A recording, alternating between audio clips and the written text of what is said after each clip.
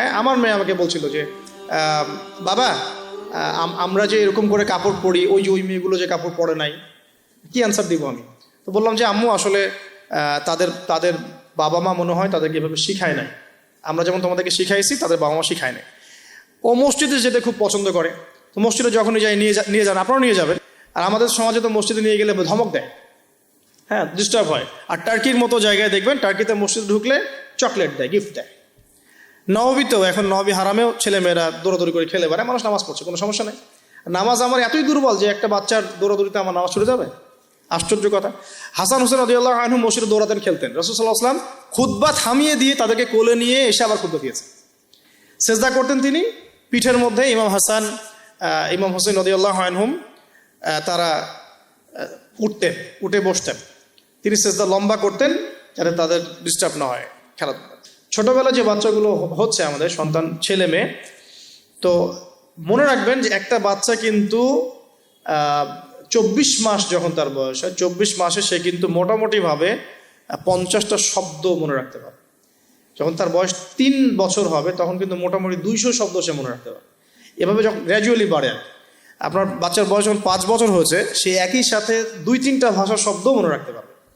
ঠিক আছে, 5 বছর বয়সে বা 6 বছর বয়সে একটা বাচ্চা কিন্তু প্রায় 1500 থেকে 2000, কোনো ক্ষেত্রে 2500 শব্দ পর্যন্ত তার মাথায় মেমোরাইজ করতে পারে ছোটবেলায়। এখন আমরা ওই সময়টাতে কি করছি? আমরা ওই সময় বাচ্চা কাচ্চাগুলোকে শেখাই হাট্টিমা ডিম শেখাই, ওই যে মাঠে পাড়ে ডিম শেখাই, Jack and Jill, went up the hill, এগুলো শেখাই, হামফ্রি টামফ্রি স্যাটার্ন ওয়াল, এগুলো শেখাই। এগুলো শিখিয়ে ওদের মাথার যে কি বলবো, যে উর্বর যে একটা মস্তিষ্ক আমরা নষ্ট করে ফেলি আর কি। ইভেন মারা বাচ্চাদেরকে ঘুম পাড়ায়, হিন্দি সং বলে ঘুম পাড়াচ্ছে, হ্যাঁ, হয়তো যে খোকা ঘুমালো, পাড়া জুড়ালো, বর্গি এলো দেশে, এগুলো বলে ঘুম পাড়াচ্ছে। এখানে সূরা পড়ে আপনি ঘুম পাড়াতে পারতেন। আপনি এখানে কিন্তু কি বলবো, কোরআন তেলাওয়াত করতে করতে ঘুম পাড়াতে পারতেন, বা ইসলামিক যদি কিছু বলতেই হতো ইসলামিক কোনো নাশিদ বলে ঘুম পাড়াতে পারতেন।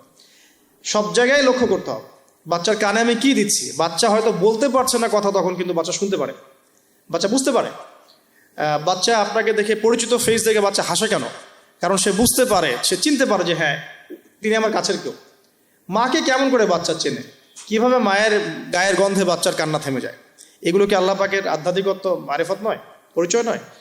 তো এগুলো খেয়াল রাখতে হবে। মায়েরা যখন বাচ্চাকে প্রতিপালন করবেন, ব্রেস্ট ফিডিংয়ের আগে বিসমিল্লাহ বলতে হবে। সে তো বিসমিল্লাহ বলতে পারছে না, আপনাকে বিসমিল্লাহ বলতে হবে।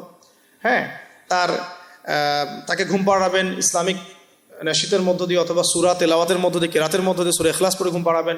তাকে ঝাড়ফুঁক করবেন, তার গায়ের মধ্যে এত কিছু বেঁধে না দিয়ে তাকে সকাল সন্ধ্যা ঝাড়ফুঁক করবেন। এবং কয়েকটা দোয়া আপনি কন্টিনিউয়াসলি করবেন। আমি বলে দিই দোয়াগুলা।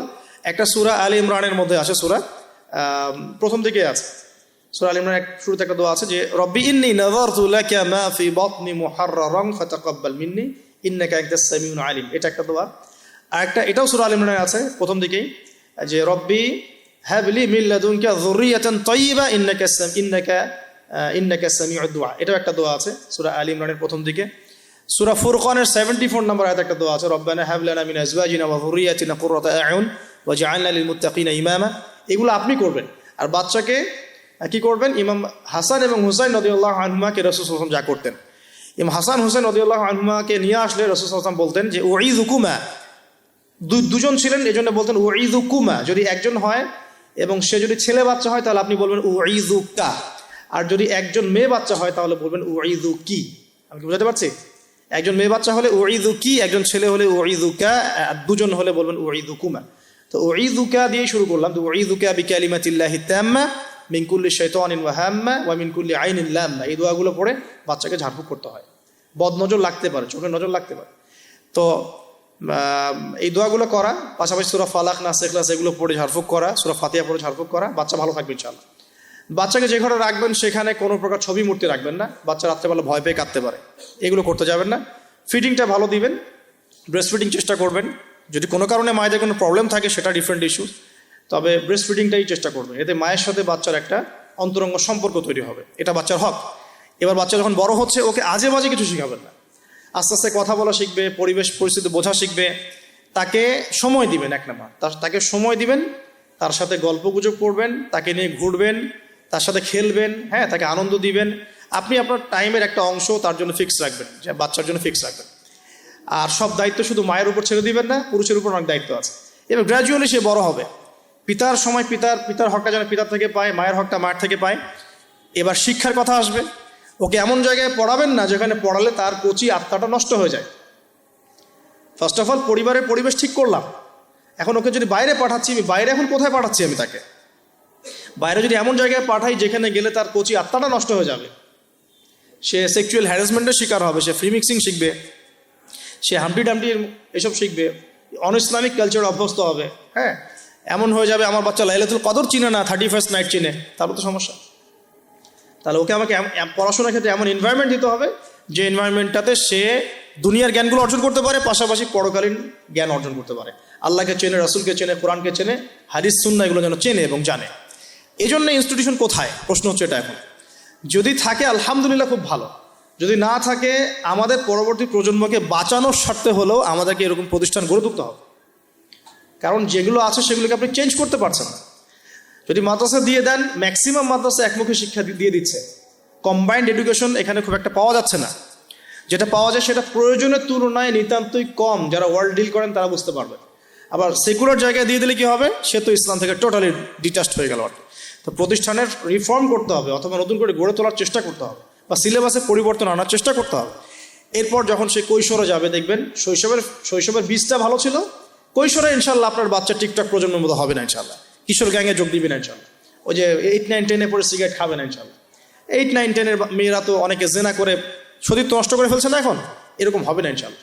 একটা পয়েন্ট বলতে ভুলে গেছে, মেয়ে বাচ্চা যদি হয়ে যায়, শুরু থেকেই পর্দা শেখাতে হবে। বড় হয়ে পর্দা করবে এই কনসেপ্টে যায় না, ফ্রম ভেরি বিগিনিং তাকে পর্দা শেখাতে হবে, এবং তার ব্যাপারে খুব বেশি সতর্ক থাকতে হবে। কারণ কাছের মানুষদেরকে দিয়েই মেয়েরা কিন্তু এখন সেক্সুয়াল হ্যারাসমেন্টের শিকার হচ্ছে, চাচার দ্বারা হচ্ছে, কাজিনের দ্বারা হচ্ছে, মামা দুলা ভাই ইত্যাদির দ্বারা হচ্ছে। সো এগুলো বাসার মধ্যে অ্যালাউ করবেন না। আমি তো বলি যে মেয়ে বাচ্চাকে কার কোলে তুলে দিচ্ছেন সেটা তো সতর্ক থাকতে হবে, কার কোলে বাচ্চাকে তুলে দিচ্ছে। কারণ ম্যাক্সিমাম মানুষই তো পর্নোগ্রাফিতে আসক্ত না এখন, ওর কাছে তো বাচ্চা কিছুই না, বাচ্চা মানে ওর কাছে একটা বস্তু, ও তো বাচ্চাকে পেলে ওটা পুরো রেখে দিবে একেবারে, এটা হচ্ছে না অ্যাভেলেবল এখন। সো বাচ্চা মেয়েদের ক্ষেত্রে আরও বেশি সতর্ক থাকতে হবে। প্রয়োজনে মহিলাদের স্বতন্ত্র মাদ্রাসা গড়ে তুলে সেখানে আপনার মেয়েকে পড়াশোনা করান, এবং আপনার স্ত্রীকে সেই মাদ্রাসায় দায়িত্ব দেন, আপনার স্ত্রীকে সেখানে কাজে ইনভলভ করেন যেন সে মনিটর করতে পারে। আর সিসি ক্যামেরার কোনো বিকল্প নাই, থাকতেই হবে। এখন এই যুগ চলছে আর কি, সিসি ক্যামেরার কোনো বিকল্প নাই, রাখতে হচ্ছে। ঠিক আছে, তো বাসায় কাদেরকে এক্সেস দিচ্ছেন, কাকে দিচ্ছেন না, পুরো বিষয়গুলো ঠান্ডা মাথায় ডিল করে আপনাকে আগাতে হবে। মেয়ে বাচ্চার ক্ষেত্রে অতিরিক্ত সতর্কতার কথা আমি বলছি আর কি। আর ছেলে বাচ্চার ক্ষেত্রে সতর্ক থাকবো কেন, বাইরের পরিবেশ তো আর আমার বাড়ির মতো না। বাইরের পরিবেশে গিয়ে যখন দেখবে যে মিথ্যা বলে কিছু আছে, প্রতারণা বলে কিছু আছে, ওকে কেউ ধমক দিচ্ছে, কেউ তাকে সেক্সুয়ালি টাচ করছে, ব্যাড টাচ গুড টাচ, ও বোঝার ক্ষমতা কিন্তু আর আছে কোনটা ব্যাড টাচ কোনটা গুড টাচ। এখন ও তো ভিতর থেকে ডিস্ট্রয়েড হয়ে যাবে। তখন কি হবে, এখানে সলিউশনটা কি হতে পারে, আপনাকে অ্যাজ এ ফ্রেন্ড জগৎটা তাকে বুঝাতে হবে যে বাবা মা, আসলে জগতে ভালো মানুষও আছে, পচা মানুষও কিন্তু আছে। ভালো কাজ যেমন আমরা যেমন নামাজ পড়ি, আমরা যেমন এইগুলো ভালো কাজ করি, পচা কাজও মানুষ করে, মানুষ কিন্তু এই করে। বাচ্চা কিন্তু প্রশ্ন করবে, বাবা এটা কেন, ওটা কেন, আব্বু এটা কেন, ওইটা কেন, সব প্রশ্নের উত্তর আপনাকে দিতে হবে। সব প্রশ্নের উত্তর দেওয়ার মতো আপনার ধৈর্য থাকতে হবে, কারণ আপনার ডিউটিটা কিন্তু বাইরে শেষ না, জব সেক্টর ডিউটি শেষ না। বাসায় ঢুকবেন, ডিউটি শুরু হবে, বাসায় ঢোকার পর ডিউটি শুরু হবে। মেয়ে প্রশ্ন করবে, মেয়েকে নিয়ে ঘুরবেন, কথা বলবেন, তাকে জগৎ চিনাবেন।